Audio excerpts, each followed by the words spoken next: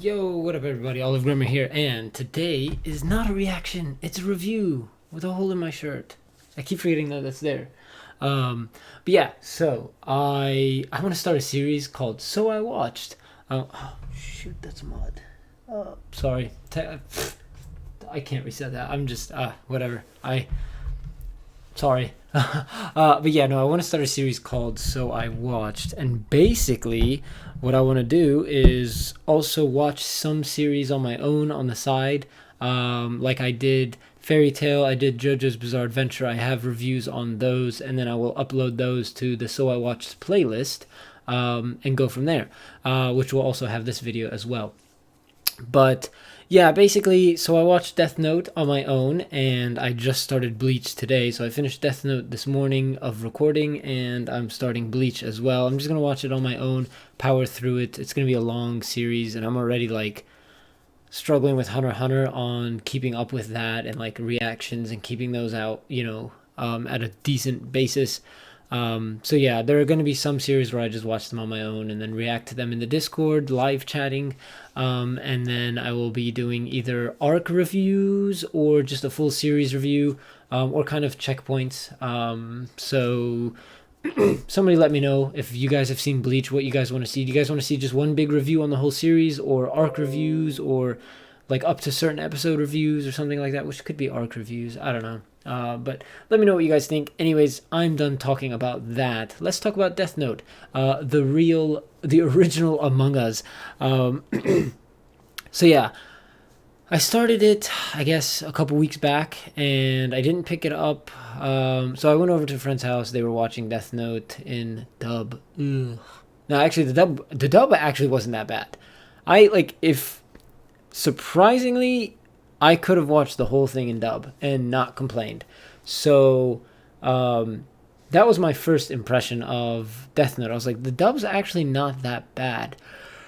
But, I didn't watch it in dub, I watched it in sub, which I probably could have been able to watch it a little bit faster if it were in dub, because I could have just had it on while I got other things done, which I kind of already did. But that's beside the fact. But yeah, so first impression, dub's not bad. And then I was just like, okay, I want to watch this again, or I want to pick this up on my own. So I guess a week or two later, I was like, all right, now's the time for me to pick it back up, watch it on my own, binge through it, and then talk about it. So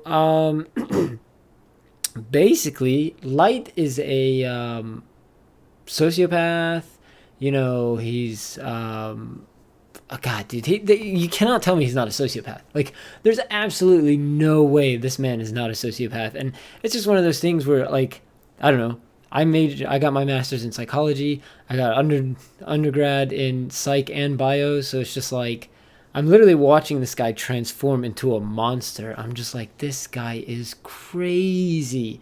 But no, like, you could literally watch him throughout the series manipulate people, use people, like just straight up lie to them. And I'm just like, that's what killed me. I was just like, this man, I'm not gonna say he was smooth with it, because that's kind of complimenting him, but he was smooth with it. And I was just like, this is pissing me off. Like, this is getting on my nerves, because he was just straight up using Misa. And as crazy as it sounds, and as much as she annoyed me, her voice pierced through my like annoyance nerves. Like, you know how you have like those nerves that are just like, all right, I'm annoyed immediately. So yeah, she just pierced through those nerves. But she was also the character that I felt the most bad for. Like, I felt really, really bad for her, because she was getting used, she was getting manipulated. She was also on a little bit of the crazy side. I'm not going to deny it. She was obsessed with Light without reason or cause, and he was just a jerk to her. But, I mean, it is what it is. But that's part of the storytelling, and that's what makes everybody the character that they are. But yeah, like towards the end, when Light was seeing that other lady, and I know I'm jumping back and forth, I like genuinely felt bad for Misa, because she, I mean, I don't know, she just wanted to be happy with Light, but just what it is. And then at the end, the last scene where she was up on the roof of that building, and then they like zoomed out, I thought there was just gonna be like her jumping and then a little sparkle. That's just some dark humor in my mind. But the little pling, you know what I'm talking about, in anime, where they just cling in the distance. So I thought that was gonna happen. Team Rocket, but like kind of like you. That's dark. I shouldn't be talking about that. But anyways, yeah, God, that took a turn. I'm sorry, everyone, but yeah, I just felt bad for her as a character overall through the whole series, even though like she really did get on my nerves, especially with just how high pitched and whiny she was. She did kind of grow on me in the aspect of she just wants to be happy.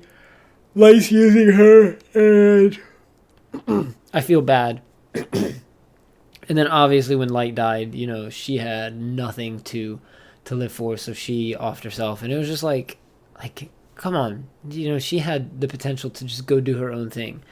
So yeah, and basically, I don't know. I guess the only righteous death would have been Light's dad, where he died happy, thinking that Light wasn't, Kira, but he was. So, God, that stinks. And then, yeah, I mean, it's just one of those things where I'm basically going to keep looping back to Light just being a sociopath and a psychopath. And it's just like everything he did was just so me. Like, I mean, he was the villain. He really was the villain, because I was talking to Squid earlier and I was like, man, I'm going to touch on this topic too. I was like, yo, I don't understand why people were upset with the ending. Like, it made sense to me. I had no quarrels about it. Like, basically, and then he was like, yeah, no, he's the villain. And I was just like, yeah, Light's the villain.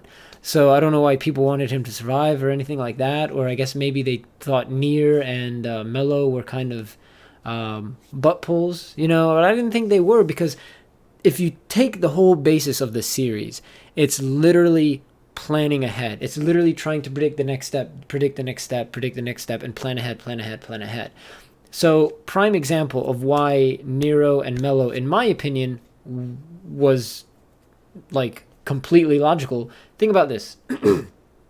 First, you have letters of the alphabet. You had L. Then you had Mello and Nier. L, M, N. I'm sure after them, there's going to be O and P, right? That's just kind of the way I see it. And then you also had, who was Light's butler dude? Who was Light's butler dude? I'm trying to find characters. I can't find characters. Oh, gosh. I apologize. I can't see. I should have pulled up some characters, but yeah. So Butler dude basically had all those what's it called, like the orphanages and stuff like that. I'm sure they were planning on having L's successor way before L. Like, I'm sure Butler dude. God, why did I forget his name? Crap. It's Watabi? What? I can't remember it. I'm so close, but so far away at the same time. But I'm sure whoever he was and before him, they were already planning that stuff in advance. Like, I'm sure there's got to be an A through L. Obviously we know L, but I'm sure there's an A through L, and then that's just been a sequence. Like, they've just been knocking people out. That's just my theory on it. That's why, to me, it makes sense. Because I just don't, like, even L had him as the number one detective and then the next few behind him. So it's just kind of like everything that he does and everything that this series is based off of is just planning ahead. And to me, it was just like the greatest game of chess at first. And then we started playing Among Us more in the Discord, and I'm just like, no, it's just really a game of Among Us, honestly. So, but yeah, it was just one of those things where, to me, the ending made sense. And I kind of am glad, but here's the thing, and this is why the writing was so good. I don't know if I'm glad or upset that Light lost. I still, as of right now, 12, 13, 14 hours ago when I finished watching, because I watched it in the morning and then I went to work and then, came home, ran and everything like that. as of right now, I still don't know if I feel bad or good that Light lost. Granted, I really am not happy with L dying. I really hope he stayed and survived and stuff like that. He was a good guy, and he's every girl who's watched the series, love interest, or what is it, best boy or husbando. So yeah, I mean, that's just common. Everyone loves L. But yeah, I'm a little upset that L died, but plot progression, you got to do it. And then you had to obviously see that he was planning ahead on losing at one point, and then he had his backup coming in, Light's successor. Was it going to be M or N? And obviously, we saw that it was near. I apologize, I'm yawning. It's 11 o'clock while I'm recording, so this is the only time I had to record. But yeah, so just being able to see that, to me, it made it.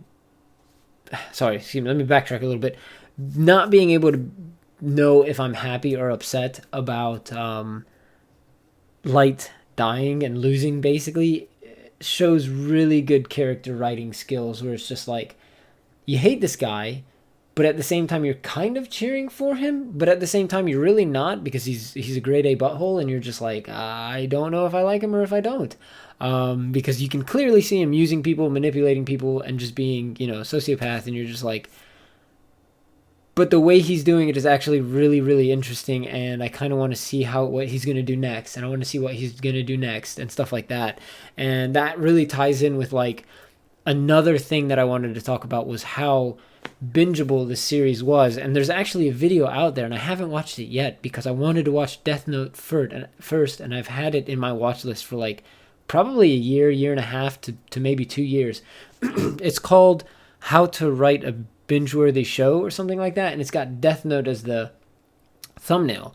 And it's actually got Ryuk as the thumbnail. So I want to watch that video and see what they say about it, because it really is a bingeable show. It's one of those series that I'm not going to say every episode was a cliffhanger, but every episode left you wanting more.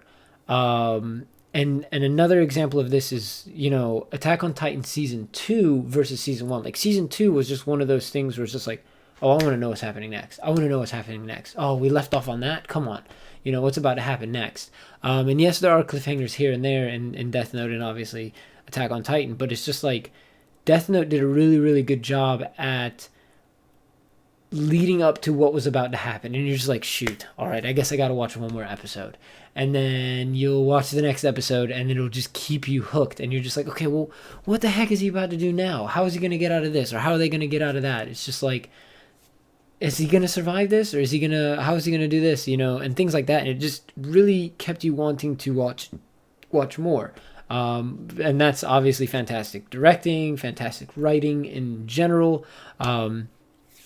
So yeah, they did really, really well in that aspect for sure.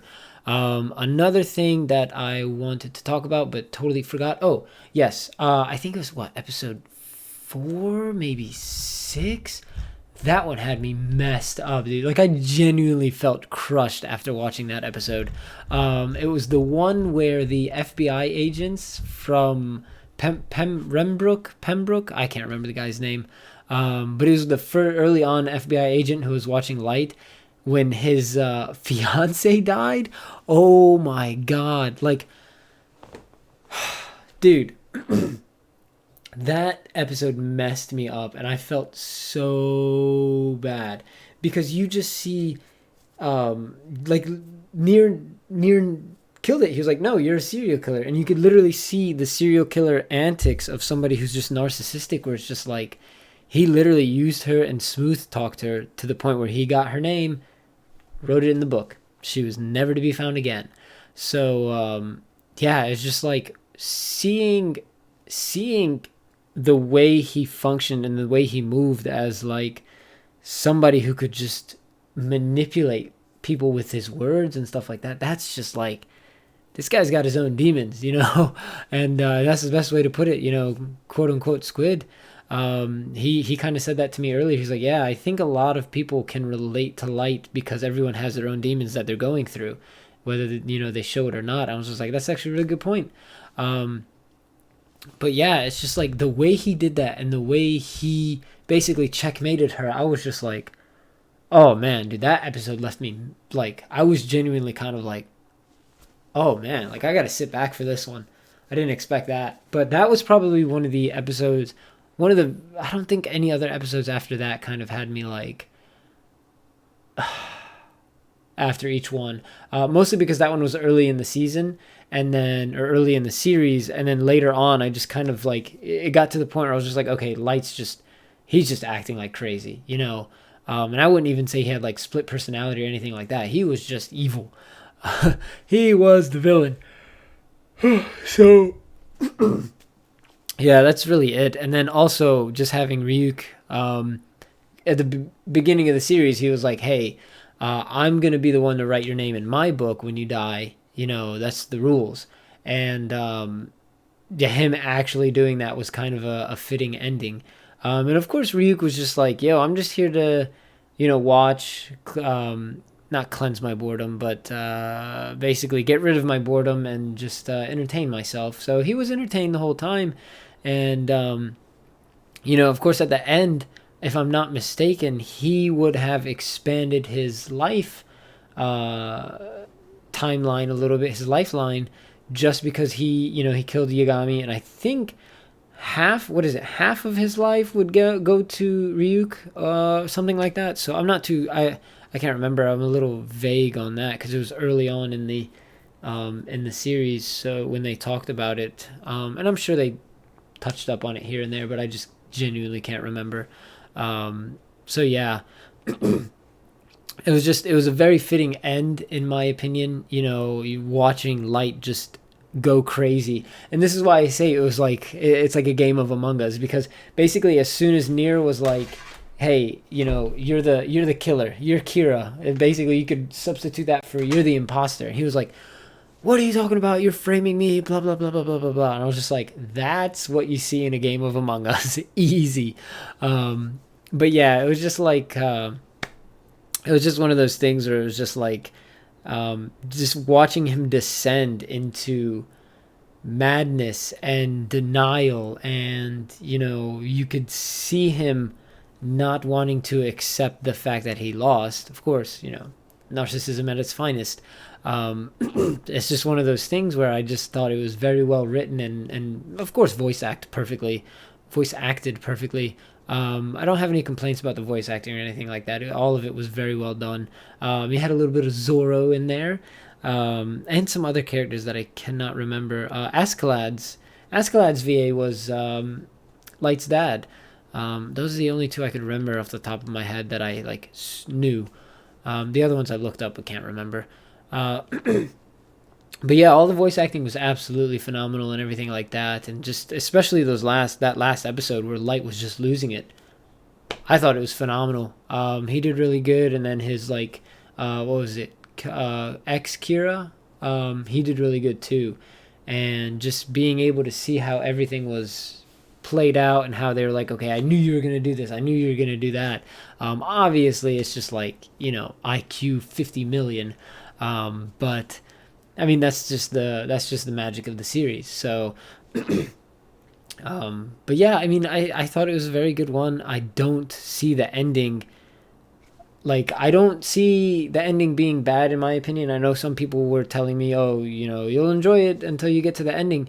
But to me, I understand why the ending was the way it was. So personally, I don't have any complaints about it, because the way I perceive it is they were being set up from maybe even before L in general.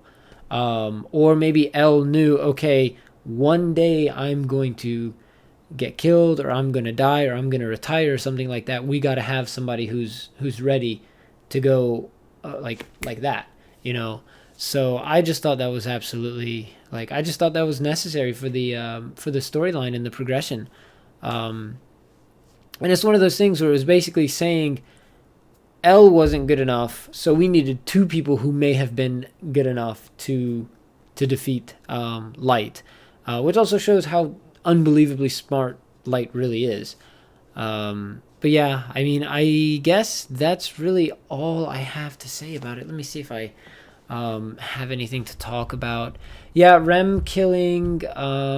Yeah, the only thing that I had a question about, and I know SMB in the Discord answered it, was episode 25 when Light died.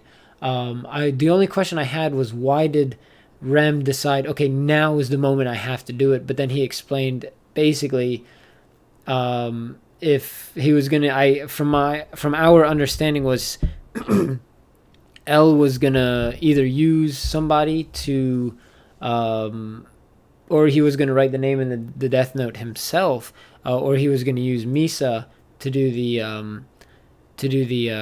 writing, to kill that one prisoner in a different country, and then basically in 13 days, when that person doesn't die, he was gonna know the rule was fake, and then accuse them again. So that's when Rem was like, okay, I gotta off them now, and then he sacrificed himself, which, I feel bad for Rem. All he wanted to do, well, I guess, I don't know, I don't really have any feelings towards him. He was just kind of there, and obviously he played a major role, so that was interesting. Well, I guess that's it.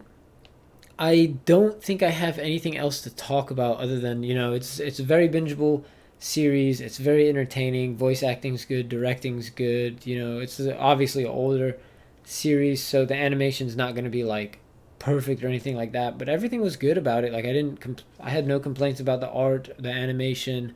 Everything was very well done, so it's a good series for sure. I'm not going to give it like, it's obviously not like, I'm not gonna rank it in 100 or anything like that, but obviously I don't have any complaints about it.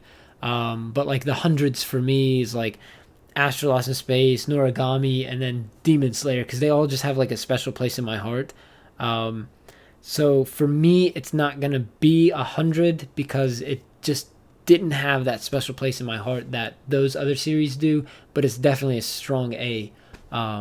Easy A. I'm not gonna say anything that would say, okay, no, it's not an A at all, because everything seemed to fit. All the puzzle pieces were very well explained. All of them fit properly, and I don't think there were any loose ends from my understanding.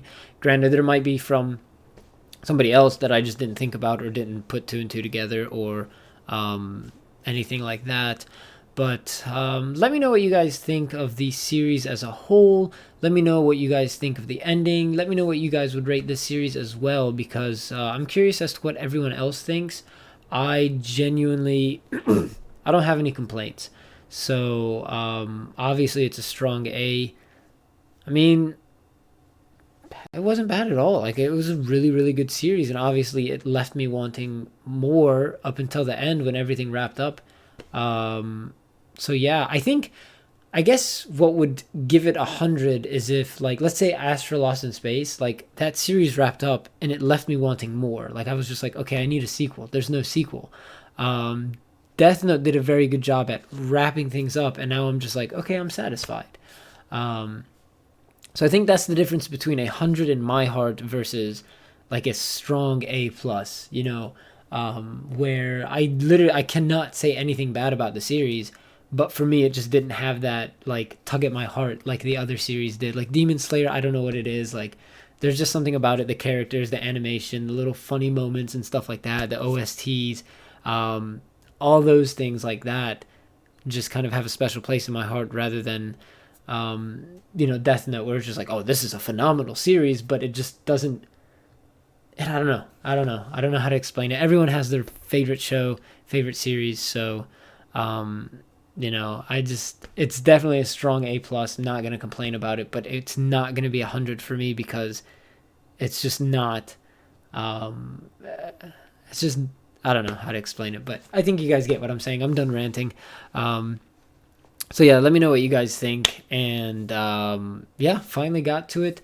I'm doing Bleach on my own now, and then also the Fate series as well. I'm going to be kind of bouncing between the two of those on my own. Let me know what you guys think I should A, react to next, and B, watch on my own next. Because right now I'm at 3 series for just watching on my own, and I kind of want to pick up another one for reactions. So let me know what you guys think if you made it to the end of this video. So yeah, I think that's really it. I didn't think I would rant for 25 minutes about Death Note, but here I am. So I'm gonna go get ready for bed now. But as always, have a good day, good night, depending on where you are in the world. Thank you guys so much for watching. We'll see you guys next time. I know I'm forgetting something in the outro. I'm a little tired, but bye everyone. Thanks again.